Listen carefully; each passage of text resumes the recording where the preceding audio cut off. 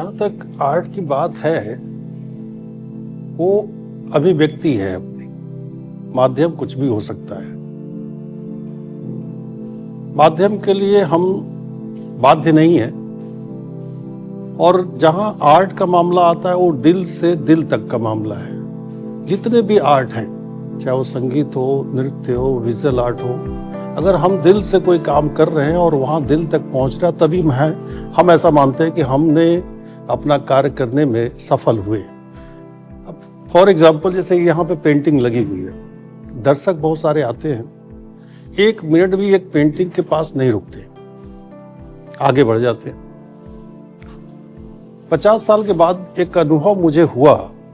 मेरी एक त्रिवेणी कला संगम में एक प्रदर्शनी थी।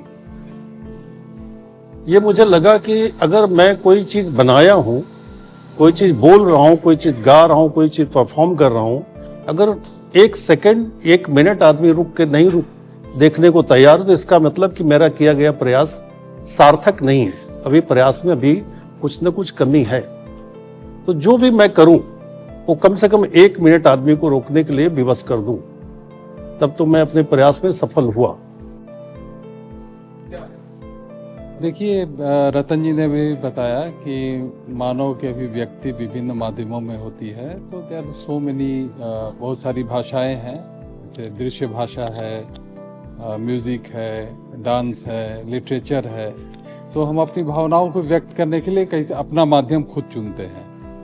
और जहाँ तक आर्ट की बात है, तो ये सभी जानते हैं कि मानवीय भावों की अभिव्यक्ति है। तो इसमें कोई मतलब दूसरी कोई बात है नहीं, इसके आगे कुछ बोलने जैसा है नहीं। आपको कौन सी भाषा चुननी है, ये आपको डिसाइड करना है। और हर व्यक्ति कहीं ना कहीं आर्ट से जुड़ा हुआ है। ऐसा नहीं है, हमारा जो संस्कार है ना, हम लोग अपने संस्कार ही आर्ट से जुड़े हुए हैं। हमारा जब रिचुअल्स होता है, जहाँ से हम शुरू करते हैं, वहाँ से आर्ट शुरू होता है। अब प्रश्न ये उठता है कि जो इंडिविजुअलिटी की बात हो रही है, जब आर्ट में इंडिविजुअल पक्ष, व्यक्तिवादी दृष्टिकोण जब से आया है, तब से आर्ट का क्या महत्व है। और संघर्ष आर्टिस्ट का वहीं से शुरू होता है। आर्टिस्ट का संघर्ष तब शुरू होता है जब आर्टिस्ट अपने को एक फिलोसोफर की तरह सोसाइटी में रखता है कि दिस इज माय आइडियोलॉजी और मैं ये एक्सप्रेस करना चाह रहा हूँ। तो संघर्ष वहां से शुरू होता है, उसके पहले कोई संघर्ष नहीं है। आज भी और पहले भी हमेशा भी रहा है। ये कला से संबंधित जितने भी इंस्टीट्यूट हैं, वो कला की बेसिक बात सिखाते हैं, अल्फाबेट सिखाते हैं। उसको प्रोफेशनल नहीं बनाते, उसको टीचर नहीं बनाते, उसको आर्टिस्ट नहीं बनाते, उसको कुछ नहीं बताते। उसको सिर्फ अल्फाबेट की नॉलेज देते हैं, उसकी ट्रेनिंग देते हैं। बाकी कुछ बनना है, वहाँ इंस्टीट्यूट से निकलने के बाद जो उसने अल्फाबेट सीखा है, जो आर्ट की ABCD सीखा है, उसके बाद उसकी एक्सरसाइज शुरू होती है, उसका स्ट्रगल शुरू होता है। और आर्ट का मामला भी ऐसा नहीं है कि हमने 2-4 साल किया और बहुत चीज हो गई, हम बहुत बड़े पहचान वाले हो गए, ऐसा भी नहीं है। उसमें कितने लोग तो ऐसे भी आर्टिस्ट हैं जो जीवन पर्यंत काम किए और मर गए, उनको कोई नहीं जानता। और आज भी लोग 50 साल से 60-70 साल से काम कर रहे हैं, उनको लोग जानते नहीं है। बहुत कम ऐसे नाम हैं मीडिया के माध्यम से या उनके अपने काम के माध्यम से, उनके अपने एग्जीबिशन के माध्यम से, अपने प्रचार प्रसार के माध्यम से लोग जानते हैं। मगर बहुत कम ऐसे आर्टिस्ट हैं जिनको लोग जानते हैं। जहां तक उमेश जी अभी एक बात कह रहे थे कि गैलरी प्रमोट नहीं करती या लोग प्रमोट नहीं करते, लोग दर्शक नहीं आते। जहां तक लखनऊ में हम लोग भी 30 साल से करीब करीब हैं, नजरिया यही है कि एक दिन आपके जान पहचान के लोग, आपके बुलावे पे लोग प्रदर्शनी देखने आ जाते हैं। जैसा कि मैडम ने कहा कि 5 स्टार होटल में तो भी बड़ा मुश्किल होता है, कॉमन पब्लिक आने से डरती है या हिचकिचाती है। जाहिर सी बात है, बिल्कुल सही बात है। मगर ऐसा भी नहीं है कि यहाँ पर कई ऐसे प्राइवेट गैलरियाँ हैं और गवर्नमेंट की भी गैलरी है, वहाँ पर भी सेम हालात हैं कि एक दिन प्रदर्शनी के दिन, इनॉग्रेशन के दिन कुछ आपके गेस्ट आ गए, दूसरे दिन से बामुश्किल 1%, 2%। अच्छा, आर्ट भी ऐसा चीज है कि हम बड़े कम लोगों के लिए करते हैं काम। ये पेंटिंग सबके बस की बात नहीं है, न समझना, न खरीदना, न घर में लगाना। तो अगर हम परसेंटेज की बात करें तो हम 0.5% लोगों के लिए काम करते हैं, और 0.5% लोग जो कला के प्रति सहृदय हैं, जो कला के प्रति एक अच्छा विचार रखते हैं, कला को खरीदते हैं या अपने घर में जगह देते हैं, बहुत कम लोग हैं। और वो लोग जो खरीदते हैं वो समझदार हैं। पैसे वाले जरूर हैं, पैसा होना भी एक बड़ी बात है और समझदार होना भी एक दूसरी बात है। पैसा तो बहुतों लोगों के पास है, मगर उनको कला की समझ भी होना जरूरी है। और जो कला की समझ रखता है वो जरूर पैसे से ज्यादा उसकी वैल्यू समझता है, तब वो अपने घर में एक जगह देता है। तो ये हमेशा चैलेंज रहा है और आज की बात नहीं है कि, और हम कला के साथ आजकल जो एक दुष्परिणाम कह लीजिए हो रहा है कि एक बाजारवाद हावी है उसके ऊपर। बाजार जैसा कहता है या क्लाइंट जैसा कहता है, आर्टिस्ट वैसा करने के लिए अपने विचारों को, अपने मन के जो उसकी भावना है उसको मारने पे उतारू है। और इसमें कोई संदेह नहीं है कि अगर उसको सरवाइव करना है तो ये करना ही पड़ेगा। मगर जहाँ तक मैं मानता हूँ, आपने भी बोला कि कला तो एक विचार है अपना, और माध्यम कुछ भी हो सकता है, और उस विचार को समझने के लिए उस धरातल पर उतर के ही उसको समझा जा सकता है।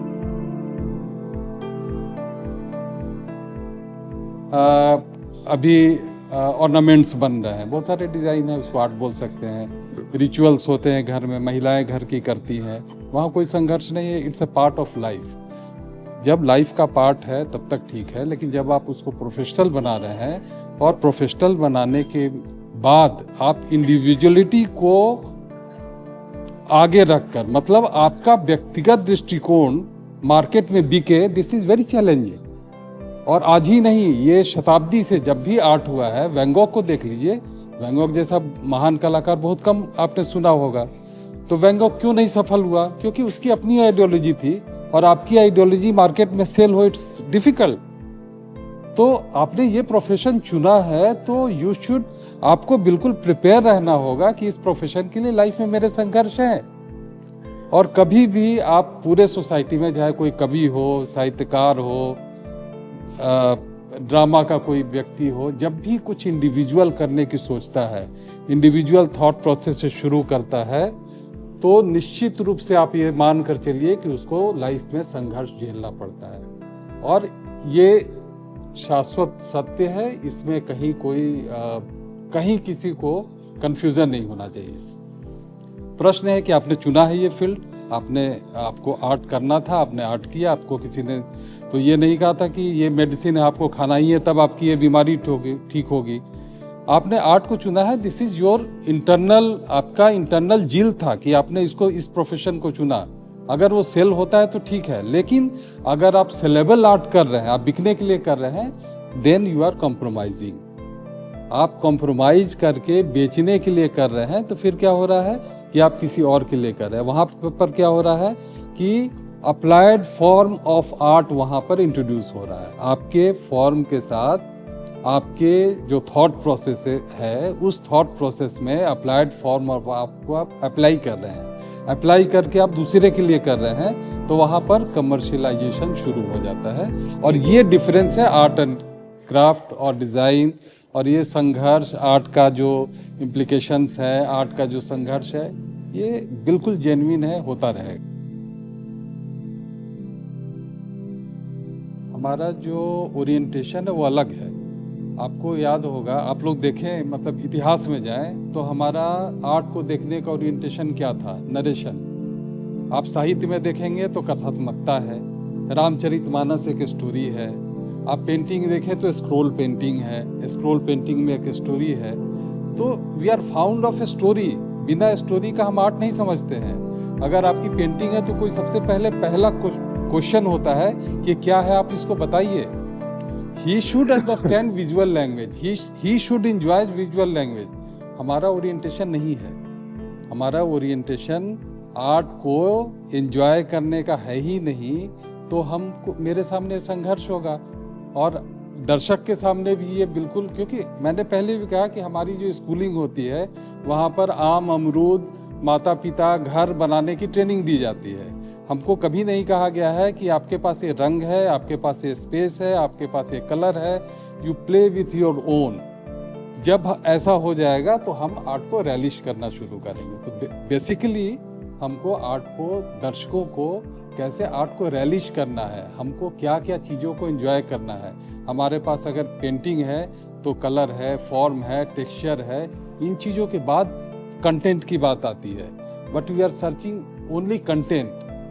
जब हम पेंटिंग देखते हैं तो हम आर्टिस्ट वहाँ नहीं होता है, तब भी सोचते हैं कि इसने क्या बनाया है। जैक्सन पोलक बहुत बड़ा पेंटर था, फॉर्मलिस्ट पेंटर। तो मतलब एक एग्जांपल मैं देना चाहूँ, जैक्सन पोलक जब काम करता था तो उसके काम में आप देखेंगे कि रेंडरिंग है, there are so many rendering. तो इसका कोई मतलब उसका कोई कॉन्सेप्ट वैसा नहीं था। तो वो उसका कैनवास और कलर के साथ इतना इंटीमेट रिलेशन था कि ही डजंट बॉदर कि वो क्या बना रहा है, ही उसके साथ इतना जुड़ा हुआ है कि वो काम कर रहा है। लेकिन जब आर्ट क्रिटिक आते हैं तो उसमें से उनको क्लाउड दिखता है, उसमें से उनको कोई एनिमल फॉर्म दिखता है, जैसे बादल में नहीं होता है, ऐसे रेंडरिंग हुआ तो ये तो बादल। तो जैक्सन पोलक से जब पूछा गया कि ये आपने कुछ ऐसा बनाया है तो उसने कहा कि मुझे नहीं पता है, मैंने जो बनाया मेरी लैंग्वेज है, दिस इज विजुअल लैंग्वेज, मैंने कर दिया, मैं खुद इसका ट्रांसलेशन नहीं कर सकता हूँ। किसी लैंग्वेज का आप ट्रांसलेशन नहीं कर सकते हैं। तो आपको हमारे दर्शकों को ट्रेंड करना पड़ेगा गैलरी के माध्यम से, आर्टिस्ट अपने माध्यम से, कि वो एंजॉय करे। उसके पास फॉर्म है, उसके पास कलर है, क्यों नहीं वो एंजॉय कर रहा है, क्यों उसमें नरेशन ढूंढता है, क्यों उसमें स्टोरी ढूंढता है। वो ढूंढना बंद करे। जब तक वो बंद नहीं करेगा ये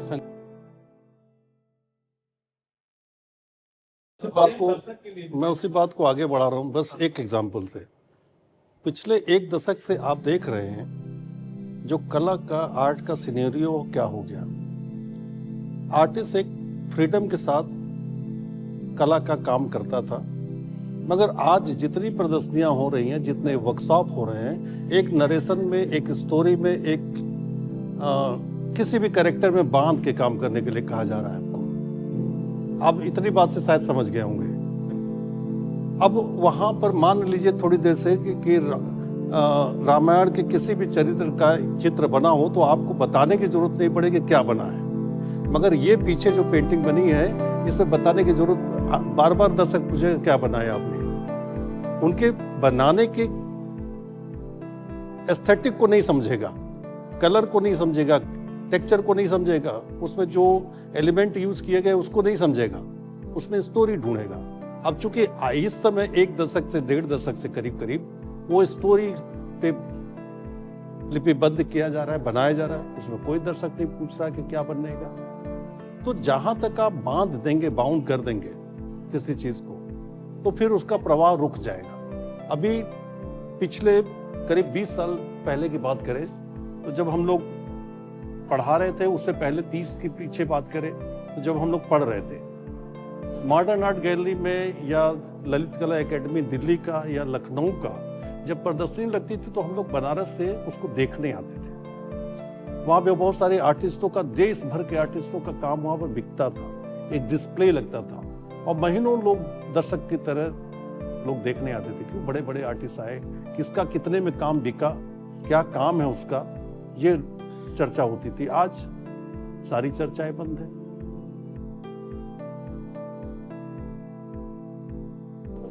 प्रश्न ये है कि आर्टिस्ट के लिए चुनाव करना है कि weather he is going for award और नॉट।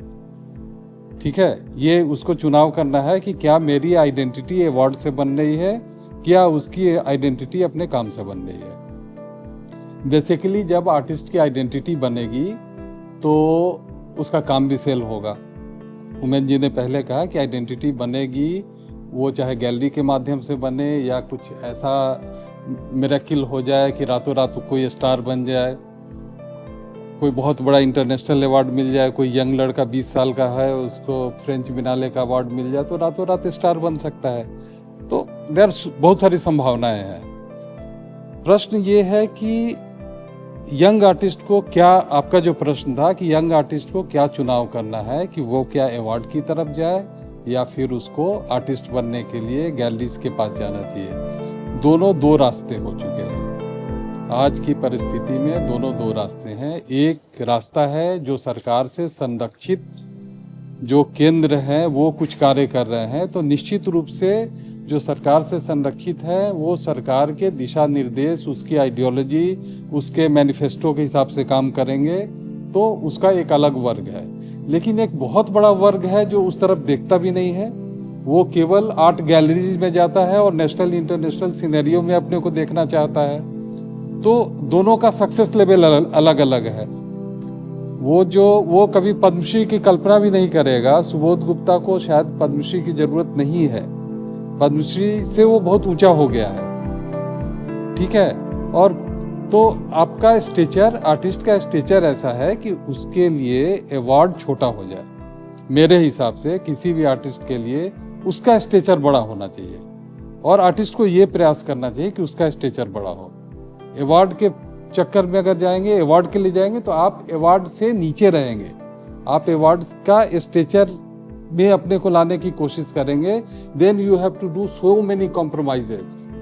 आपको थॉट प्रोसेस में कॉम्प्रोमाइज करना है, जैसा अभी रतन जी ने बताया कि वो निश्चित रूप से कि जो भी शासन होती है, जिसका दिशा निर्देश होता है शासन स्तर से, तो वो अपना मैनिफेस्टो के हिसाब से काम करता है। जो ऑफिसर्स बैठते हैं वो सोचते हैं कि गवर्नमेंट को हम डिसप्लीज ना करें, तो उनकी आइडियोलॉजी अगर कोई किसी नरेशन में है तो उस नरेशन में वो काम करता है।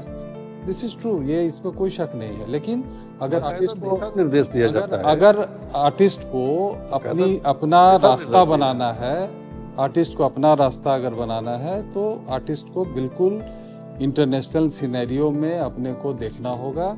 उसको देखना होगा कि हम कैसे अपने आप को स्थापित करें। और एकेडमीज की तरफ अब देखने वाले बहुत कम कलाकार हैं। मुझे लगता है कि जैसे अभी आप बात कर रहे हैं, ठीक है, कम संख्या में लोग आपकी गैलरी में आते होंगे, और भी जो प्राइवेट गैलरीज है वहाँ कम संख्या में लोग आते होंगे, लेकिन जो आ रहे हैं उसको आपको बुलाना नहीं है। आ रहे हैं, उनको अच्छा लग रहा है, आ रहे हैं, धीरे धीरे होगा। ये तो सब लोग नहीं होते ऐसे, ये सतत प्रोसेस है, ये प्रोसेस है, इसको मान कर चलिए कि ये प्रोसेस है, संघर्ष है, समय लगेगा, लेकिन रिकॉग्निशन मिलता है।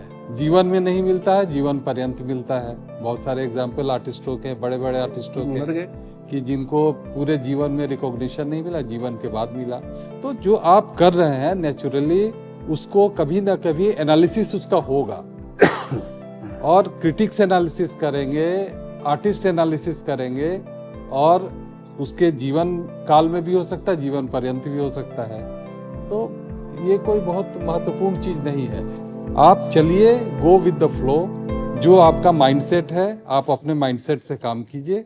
मेरे ख्याल से यंग आर्टिस्ट को तो मैं यही कहूँगा कि आप पहले निश्चित कीजिए कि आपको कहाँ जाना है, आपका एम क्या है, आपका क्या इंटरनेशनल सिनेरियो अगर है, तो आप पूरे इंटरनेशनल, आप तो, हम लोग जब पढ़ते थे तो हमारे पास किताबें नहीं हुआ करती, किताबें केवल लाइब्रेरी में होती थी, बड़े लिमिटेड किताबें होती थी। अब गूगल पर आप देखिए तो फ्रेंच बिनाले में क्या हो रहा है आपको सब कुछ पता है।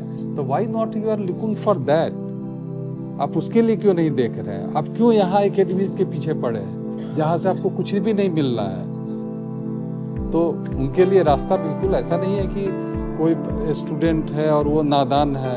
अगर वो कैरियर 12 साल का 12वीं पास करके जब लड़का आता है तो अपने कैरियर के लिए सजग होता है कि उसको डिसाइड करना होता है, कोई इंजीनियर बनना है कि डॉक्टर बनना है कि आर्टिस्ट बनना है। तो ही शुड डिसाइड, उसको डिसाइड करने दीजिए, और वो अपने विवेक से डिसाइड करेगा, अपने इंटेलेक्ट से डिसाइड करेगा। उसको करने दीजिए, उसको फोर्स करने की जरूरत नहीं है। और हर व्यक्ति, रास्ते बहुत हैं। आप जब यहाँ से निकलेंगे तो आपको फिनिक्स पैलेसियो जाने के लिए 4 रास्ते मिलेंगे। You have to choose your own way, कि आपको फिनिक्स पैलेसियो से ईस्ट होकर जाना है कि वेस्ट होकर जाना है या स्टेट जाना है। You have to decide. मेरा मानना है कि जैसे सर ने जो बात कही, मैं उसको आगे बढ़ाना चाहूँगा। बात इतनी सी है कि आप सिर्फ जो ये विधा है या कोई भी विधा है, किसी भी सक्सेस को पाने के लिए, चाहे किसी भी फील्ड में हो, किसी भी तरह के लोग, उसके लिए कड़ी मेहनत की जरूरत है। और अपनी दिशा में एकाग्र होकर काम करने की जरूरत है। अवार्ड अपने आप ही मिल जाएगा। एक कहावत है कि मेहनत इतनी धैर्य से करो कि सफलता खुद ही शोर मचाने लग जाएगी। तो बस ये है कि मेहनत करने की जरूरत है अपने फील्ड में। हम लोग ये सोच के नहीं चले थे जब एडमिशन लिया था कि हम यूनिवर्सिटी में प्रोफेसर हो जाएंगे, डीन हो जाएंगे, प्रिंसिपल हो जाएंगे, कुछ नहीं सोच के चला था। सिर्फ काम किया और काम का नतीजा है कि आज इतने लोग जानते हैं। और जैसे मैडम का फील्ड है या उस मेडिकल का फील्ड है, उसमें भी इतनी आसानी से नाम नहीं लोगों को लोग जानते हैं। नकुल सिन्हा को कितने लोग जानते हैं, हार्ट के डॉक्टर हैं। बहुत बाद में रिकॉग्निशन मिलता है आदमी को, बहुत मेहनत के बाद, कड़ी मेहनत के बाद तब आपकी पहचान बनती है। यहाँ पर भी सेम बात है कि आप अपने एक दिशा में जो कार्य कर रहे हैं, जो भी आपका दिशा है, जो भी आपका सब्जेक्ट है, जो भी एरिया है, आप काम करिए। और डिसाइड करने का टाइम तो जब आएगा तो खुद ही आपको डिसाइड हो जाएगा कि आपको पद्मश्री मिला, पद्म भूषण मिला, अवार्ड मिला है, सक्सेस मिला, पैसा मिला, सब चीज मिल जाएगा। एक छोटा सा एग्जांपल से समझ जाएंगे मेरी बात। आज के 25 साल पहले यहाँ पर लखनऊ में एमएफ हुसैन आए और बड़ी भीड़ उनके पीछे गई, हम भी गए। ताज होटल में एक गेट टुगेदर था उनका, पूरा हॉल भरा हुआ था।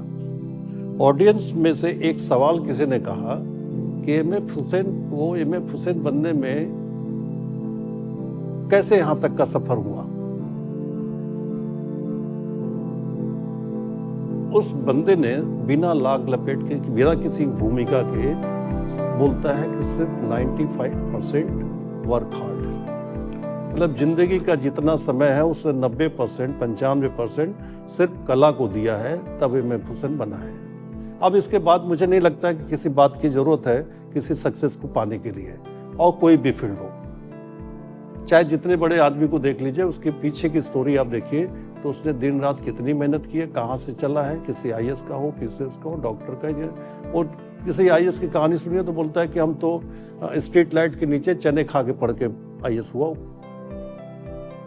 सफलता ये होती है। तो सफलता के लिए मेहनत तो चाहिए, संघर्ष चाहिए, एक्सरसाइज चाहिए, और कड़ा एक्सरसाइज चाहिए, आसान नहीं है। और कला में भी यही बात है। कला में भी यही बात है। कला में चूंकि हम बहुत कम लोगों को, बहुत परसेंटेज, मामूली परसेंट के लोगों के लिए हम काम करते हैं, तो कला सबके लिए नहीं है, और कला सब करते भी नहीं है। देखिए, कला का माहौल नहीं बन रहा है लखनऊ में, कला का एटमॉस्फेयर नहीं बन रहा है। ये सब चीज़ें हम लोग सुन रहे हैं और बहुत दिनों से सुन रहे हैं। पहले बहुत अच्छा था, अब अच्छा नहीं रहा। उसके पीछे बहुत सारी चीज़ें हैं। मतलब एक कारण कोई नहीं है जिस पर हम बोल दें कि हाँ ये इस कारण से नहीं हो रहा है। उसके पीछे जो हमारा सोसाइटी है वो बहुत इम्पोर्टेंट है। और कैरियर के लिए जो संघर्ष है, वो संघर्ष का जो चरित्र है वो बदल गया है। 12th पास करके जब बच्चा आता है, हम भी जब स्टूडेंट थे तो मुझे याद है कि हम लोग का कोई कलकत्ता में एग्जीबिशन होती थी तो हम लोग सारे लोग जाते थे, सबका वर्क कलेक्ट करते थे, ले जाते थे। आज वो बच्चे क्यों नहीं कर रहे हैं? इम्पोर्टेंट क्वेश्चन है ये। अभी तो बच्चा गैलरी तक पहुंचा भी नहीं है, लेकिन बच्चा जब पढ़ रहा है तो वो एग्जीबिशन में पार्टिसिपेट नहीं कर रहा है, वो तुरंत अचीव करना चाहता है। तो ये जो टाइम फ्रेम है ना, जो अभी का जो ट्रांजैक्शन जो चल रहा है समय का, वो बहुत इम्पोर्टेंट है। अब आप बड़ौदा से कंपेयर कर रहे हैं, बड़ौदा में क्यों हो रहा है, बड़ौदा में हैपनिंग क्यों है, लखनऊ में क्यों नहीं है? तो हम अगर उसको एनालिसिस करेंगे, दो तरीके से कर सकते हैं। एक तो ये हो सकता है कि बड़ौदा में इंडस्ट्रीज है, इंडस्ट्रियलिस्ट जो हैं उनको आर्ट की थोड़ी समझ है, दे आर कलेक्टिंग वर्क, और वो वर्क कलेक्ट कर रहे हैं तो वर्क सेल हो रहा है। तो वहाँ कम से कम 200 फ्रीलांसर हैं जो एज फ्रीलांसर वहाँ सरवाइव कर रहे हैं। लखनऊ में 5 फ्रीलांसर नहीं मिलेंगे जो काम बेचकर सरवाइव कर रहे हैं। अगर वो सरवाइव कर भी रहे हैं तो they are doing commission work, अपने क्रिएटिव वर्क से नहीं कर रहे हैं। तो ये शहर का कल्चर है, लोगों का, मतलब ये जो सामाजिक परिस्थिति जिस तरह से बदल रही है उसके पीछे वो कारण है। आपकी गैलरी में लोग नहीं आ रहे हैं, पहले कब आते थे? मैं तो 35 साल हो गए लखनऊ में आते हुए, मुझे नहीं लग रहा है कि कभी एग्जीबिशन में लोग उमड़ पड़ते थे, कभी भी ऐसा नहीं हुआ है। और लखनऊ में 35 साल मुझे हो गया, 25 साल आर्ट्स कॉलेज में लगभग मेरे हुए, 8 साल में प्रिंसिपल भी रहा, मैं एक एक चीज़ से वाकिफ हूँ। तो ऐसा नहीं है कि लखनऊ में कोई बहुत बड़ी कोई हैपनिंग थी और सडनली बंद हो गई, ऐसा बिल्कुल नहीं है। टाइम है, टाइम के साथ चीज़ें बदलती हैं, वी शुड एक्सेप्ट इट। और ये है, ये फेज है, अभी है, कल को हो सकता है कि चेंज हो, परिस्थिति चेंज हो। लेकिन आप इसका कोई आंसर अगर जानना चाहेंगे तो मेरे हिसाब से no, there is no concrete solution for this.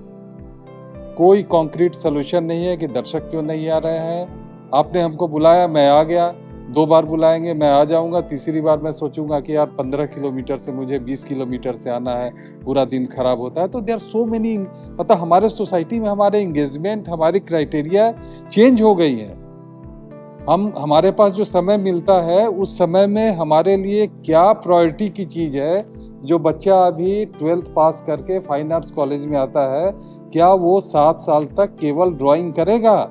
उसको 4th ईयर के बाद चाहिए, उसको लगता है कि हमको कुछ करना चाहिए, हमको अर्निंग करनी चाहिए, हमको कुछ ऐसा करना चाहिए कि हम एस्टेब्लिश हो जाए। उसके पास कभी भी, आप क्लासिकल म्यूजिक में देख लीजिए, क्लासिकल म्यूजिक में पहले गुरु लोग स्टेज परफॉर्मेंस एक लिमिट तक वो एग्री नहीं करते थे, परमिशन नहीं देते थे। आज गुरु नहीं रोक सकते हैं। लड़का 2 साल 3 साल पढ़ता है और टीवी चैनल के किसी प्रोग्राम में पार्टिसिपेट करता है, उसके गुरुजी उसको नहीं रोक सकते हैं। तो ये सोसाइटी हमारी बदल रही है, इस ट्रांजैक्शन को समझना चाहिए और ये हो रहा, होने दीजिए, ये चलेगा, ऐसे चलेगा। कभी अच्छा होगा, कभी बुरा होगा, कभी हमारे अनुकूल होगा, कभी हमारे प्रतिकूल होगा। कभी एक समय, जैसे हम लोग अभी बात कर रहे थे पॉलिटिकल इंटरफेरेंस, एकेडमीज पर, ये सब आप देखिए, क्या इप्टा कभी नहीं हावी होती थी सांस्कृतिक क्षेत्र में? इप्टा भी तो हावी होती थी। आज अगर कोई दूसरे पॉलिटिकल विंग का कोई हावी हो रहा है तो इट्स ए जस्ट, उसको हम बोल सकते हैं, उसकी प्रतिक्रिया ये है कि वो जब कर रही थी तो हमको मौका मिला, हम करेंगे। तीसरा आएगा, तीसरी पार्टी कभी आएगी तो वो करेगी। तो दीदार था, मतलब मेरा कहने का ये मतलब है कि ये सब समय है, ये निरंतर चलता रहेगा। पहले राजाश्रय उसको सपोर्ट करते थे आर्ट को, तब चलता था। बीच में बायर्स सपोर्ट करते थे, तब चलता था। अब बायर्स नहीं है तो तब भी चल रहा है। बायर्स कुछ आ रहे हैं, कुछ जा रहे हैं, कुछ कलेक्टर हैं, कुछ कलेक्शन इसलिए करते थे कि उनका प्राइस बढ़े। मतलब एक रिसेशन के पहले तो ये हो रहा था ना कि इस आर्टिस्ट का प्राइस अगर 2 लाख है तो हम इसको 10 लाख में बेच सकते हैं, इसलिए लोग खरीदते थे। तो दैट वाज द रीजन कि वो परचेज करते थे। अब वो रीजन नहीं है, अब तो रीजन वो है कि मुझे अच्छा लग रहा है और मेरे पास तो अभी रियल आर्टवर्क भी बिक रहा है। ऐसा नहीं है कि उसका दुष्प्रभाव है। दुष्प्रभाव जब था उस समय था जब रिसेशन हुआ, रिसेशन के बाद रियली फिल्टर होकर काम आया, वही काम सेल होना शुरू हुआ जो एक्चुअल वर्क है। रिसेशन के पहले आर्ट को इन्वेस्टमेंट की तरह खरीदा जा रहा था, वो खत्म हो गया, इन्वेस्टमेंट वाला पार्ट खत्म हो गया। अब हो गया कि जो एक्चुअल वर्क है वो बिक रहा है और जो एक्चुअल आर्टिस्ट है वो फ्लरिश हो रहा है। तो इट्स ए टाइम, हमको समझना पड़ेगा, टाइम के साथ चलना पड़ेगा, उस पर किसी का रोक नहीं है। आप कर रहे हैं वो काम। एक है अवेयरनेस, किसी चीज़ को, जानकारी को साझा करने के लिए अवेयरनेस है, और अवेयरनेस के लिए आप लगातार कोशिश कर रहे हैं टॉक शो के माध्यम, आर्ट टॉक के माध्यम से, एग्जीबिशन के माध्यम से लोगों को बुलाने के लिए जो भी आप कर सकते हैं, थोड़ा जो भी आप प्रयास कर सकते हैं कर रहे हैं। मगर हम लोग जो बता रहे हैं कि 25-30 सालों से यहाँ के लखनऊ का जो मार्केट देख रहे हैं आर्ट का, या आर्ट की गैलरियाँ देख रहे हैं, वो एज इट इज़ है, उसमें बहुत चेंज नहीं आया है। दर्शक भी आते हैं, 1 दिन 2 दिन आते हैं, खरीदारी बिल्कुल नहीं है, जीरो के बराबर है कह सकते हैं। अगर व्यक्तिगत प्रभाव में, व्यक्तिगत जानकारी में, जान पहचान के थ्रू आपकी कोई पेंटिंग बिक गई तो so far so good. As a buyer बहुत मुश्किल से, लकली अगर कोई मिल गया तो अब एक हाँ, मगर ये है कि इससे हमको बड़ा डिसअपॉइंट होने की जरूरत नहीं है। अगर हम काम कर रहे हैं तो हमें लगातार मीडिया में बने रहना है, काम को करते रहना है। लोगों जब तक हम बने नहीं रहेंगे तब तक मेरी इंफॉर्मेशन या मेरा जो काम है लोगों के पास नहीं जाएगा, और जाना जरूरी है, तभी लोग गैलरी तक आते हैं। और ऐसा भी नहीं कह सकते कि समझदार कम लोग हैं लखनऊ में, समझदार खूब हैं। थोड़ी शौक की कमी है, समझ की कमी है, मगर प्रयास करते करते हो जाएगा। और मुझे लगता है कि जब जब प्रयास होंगे, जब जब सफल ऐसे चलते रहेंगे, सफलता जरूर मिलेगी, और सफलता मिलना तय है। हमको अच्छा काम करने की जरूरत है। हम ये चीज़ मानते हैं कि जब भी कोई चीज़ अच्छा आप बनाएंगे, अच्छा जगह उसको इंट्रोड्यूस करेंगे, अच्छा कोई खाना हो, अच्छा पेंटिंग हो, अच्छी कोई चीज़ें हो, आदमी वहाँ पहुँच ही जाएगा, और उसके खोजने वाले लोग, उसके पहचानने वाले लोग पहुँच जाएंगे। और ये समय ऐसे ही चलता रहता है और चलेगा भी।